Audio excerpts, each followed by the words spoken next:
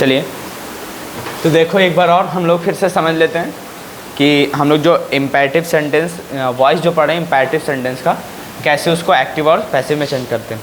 देखना कई ऐसे वॉइस हैं जो एक बार में देखो एक्टिव वॉइस में अगर इम्पेरेटिव सेंटेंस को कई कैटेगरी में बनाएंगे, है ना, देखते भी अभी। अब देखो एक एक करके पढ़ेंगे।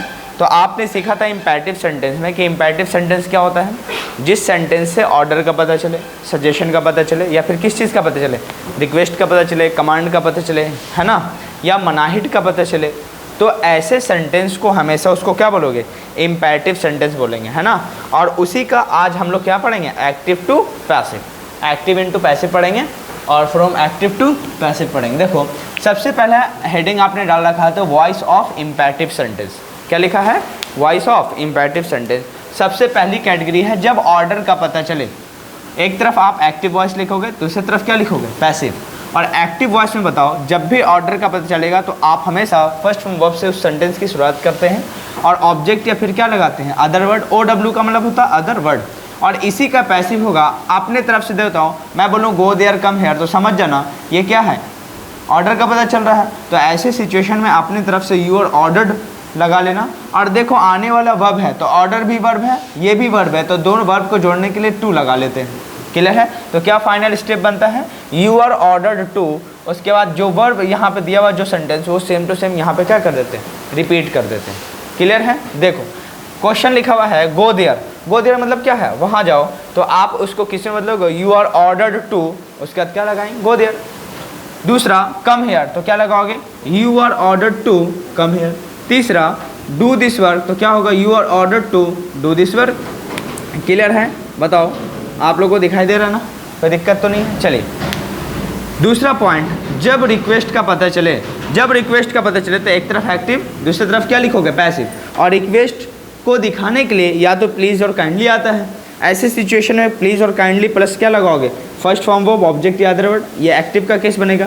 इसी का पैसिव बताओ, जैसे है फर्स्ट फॉर्म वर्ब और ऑब्जेक्ट अदर वर्ड बिल्कुल वैसे ही छोड़ देंगे, इसको रिपीट करना है जैसे दिया हुआ रहेगा। प्लीज़ और काइंडली के बदले जैसे यहाँ पे यू आर ऑर्डर टू लगा रहे थे अपने तरफ से, तो उससे जगह पे प्लीज़ काइंडली का पता चलता है कि रिक्वेस्ट है, तो अपने तरफ से लगा देंगे you are requested to. Clear है। देखो दो वर्ब जुड़ रहा है तो हमेशा रिक्वेस्ट भी हो रहा है तो टू लगा देंगे। सर आप यू आर क्यों लेते हैं और कोई सब्जेक्ट क्यों नहीं लेते। देखो हमेशा इम्पेरेटिव सेंटेंस में मतलब सेकंड पर्सन से ही बातें करते हैं, है ना। मैं बोलूँ स्टैंड अप, खड़े हो जाओ, तो इसका मतलब क्या है, किसी सेकंड पर्सन को ही बोला, थर्ड पर्सन की बातें नहीं किया। यानी ये फर्स्ट पर्सन जिस पर्सन से बात करता है वो सेकंड पर्सन ही होते है कि नहीं होता है। और उसी को ऑर्डर कमांड ही करेगा, थर्ड पर्सन के बारे में तो कह नहीं सकता। बातें समझ पा रहे। जब कमांड थर्ड पर्सन को देना तो सेकंड पर्सन से थोड़ी कहेगा, ठीक है ना। और थर्ड पर्सन से अगर बातें भी करने लगा तो फिर तो वो सेकंड पर्सन बन जाता है, बनता है कि नहीं बनता। इसीलिए हिडन सब्जेक्ट यहाँ पे क्या होता है, यू होता है, ठीक है। इसीलिए सब्जेक्ट में हमेशा क्या लगाते, यू आर लगा के यहाँ पे बनाते हैं। क्लियर हुआ, कोई डाउट तो नहीं। अगर कोई पूछे कि सर यू आर क्यों लगाते तो समझ में आया। क्लियर है। इम्पेरेटिव सेंटेंस में हमेशा सेकंड पर्सन की बातें होती। जैसे यहाँ पे एक एग्जांपल है स्विच ऑफ द मोबाइल, तो आप क्या लगाओगे, you are requested to switch off the mobile. जैसे मैं लिखा है काइंडली सिट हेयर, तो क्या लगाओगे, you are requested to sit here. बताइए पहला स्टेप क्लियर हुआ, दूसरा स्टेप भी क्लियर है, कोई डाउट तो नहीं है, पक्का है ना। तो बताओ जल्दी से इसको क्या कर लीजिएगा, कॉपी कर लीजिएगा। फिर हम लोग कहाँ पढ़ते हैं, स्टेप नंबर 3 पे, कि सजेशन और एडवाइस कैसे पता चलता है। ठीक है, तो लेट्स मूव फॉरवर्ड।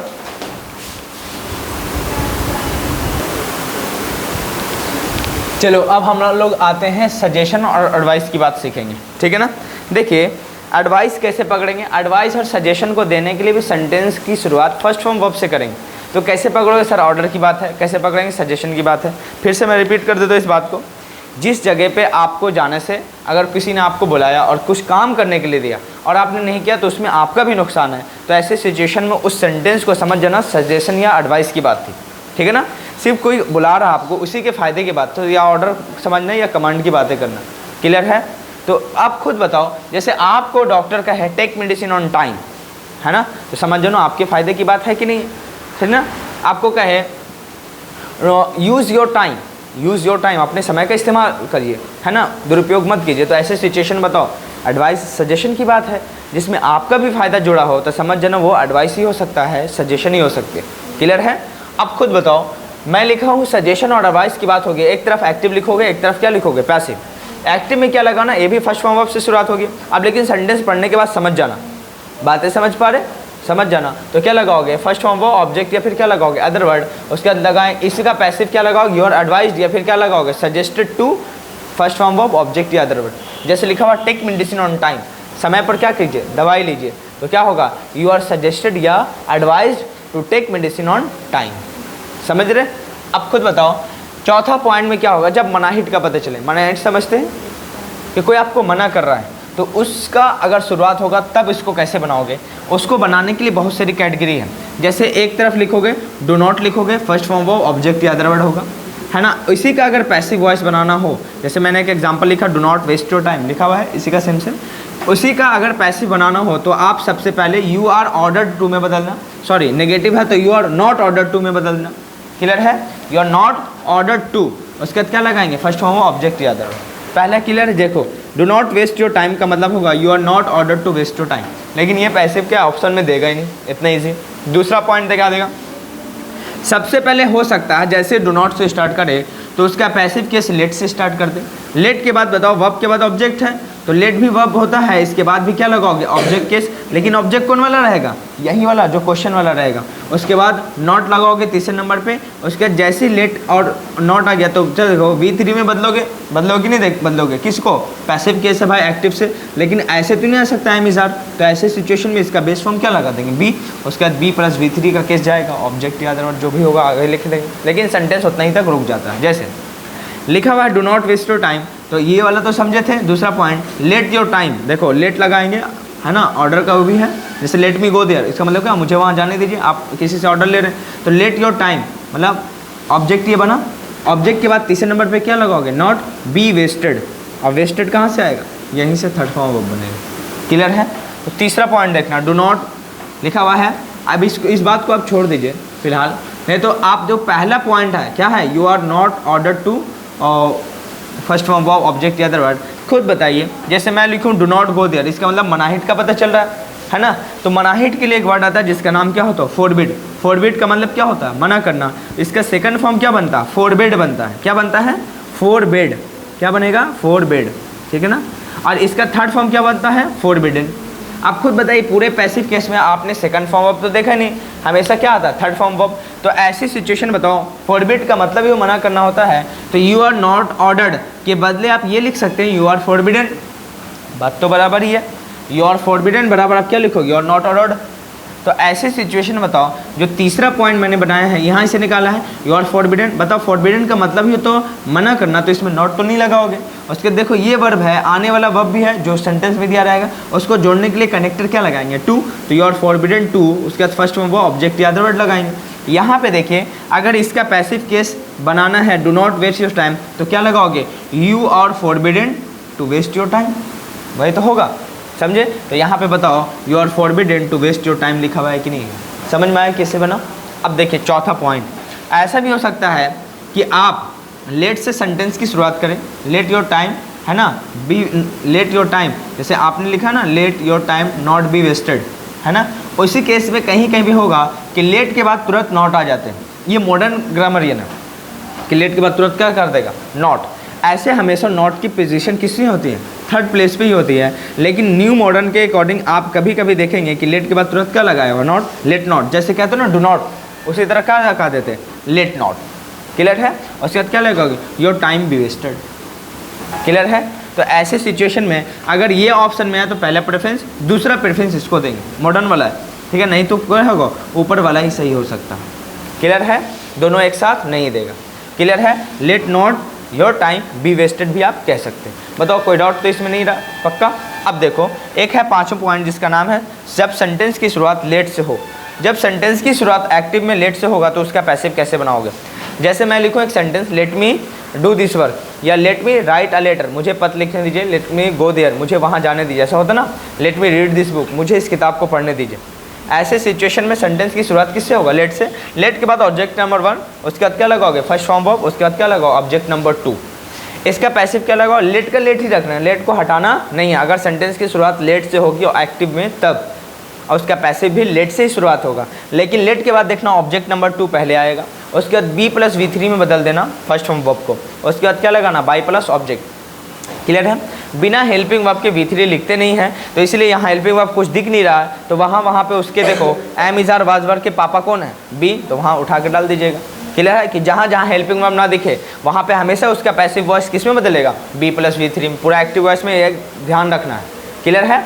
चलो यहाँ पे देखो late me do this work, मुझे इस काम को करने दीजिए, तो लेट का लेट रखोगे, ऑब्जेक्ट नंबर 2 ये है तो ऑब्जेक्ट नंबर 2 यहाँ आ जाएगा, लेट दिस वर्क हो जाएगा। बी लगा के उसके बाद क्या लगाओगे डन, क्योंकि थर्ड फॉर्म वर्ब बिना हेल्पिंग वर्ब के कभी नहीं लिखते, तो ऐसे सिचुएशन में हेल्पिंग वर्ब तो अलग से ना लाएंगे ना, तो ऐसे सिचुएशन में क्या लगाते हैं अपने तरफ से बी लगा के उसको बैलेंस करते, उसके बाद बाई लगा के मी लगाते। ये है ग्रामर के रूल रेगुलेशंस। क्लियर है? बताओ इतनी बातें क्लियर है, कोई दिक्कत तो नहीं। अब थोड़ा एडवांस लेवल पे आते हैं कि सर ऐसा भी हो सकता है जैसे मैं लिखूँ हेल्प द पुअर, है ना, तो अब कहीं कहीं पे अगर किसी ने ऑर्डर से बना दिया, किसी ने सजेशन से बना दिया, एडवाइस से बनाया है, होता है कि नहीं होता, तो अब कैसे कैसे बनाएंगे उस पर हम लोग क्या करते हैं बातें करते हैं। फ़िलहाल मैं स्टेप नंबर 1 ये जो है पूरा क्या कर देता हूँ क्लीन करता हूँ और आगे चल के पढ़ता हूँ। कि आगे पढ़ोगे या कल पढ़ना है नेक्स्ट लेक्चर में है? कल पढ़ेंगे। अच्छा चलो ठीक है, तो ये बातें लिख लीजिए, है ना, मुझे याद दिलाना। मैं लिख देता हूँ हेल्प द पुअर, ऐसा लिख दीजिए, उसके बाद इसमें लिख देना, मैं अच्छे से समझा दूंगा, let the poor be helped, ऐसा लिखें। इसको खाली समझाना मुझे कि कैसे बनता है, ठीक है ना। The poor should be helped,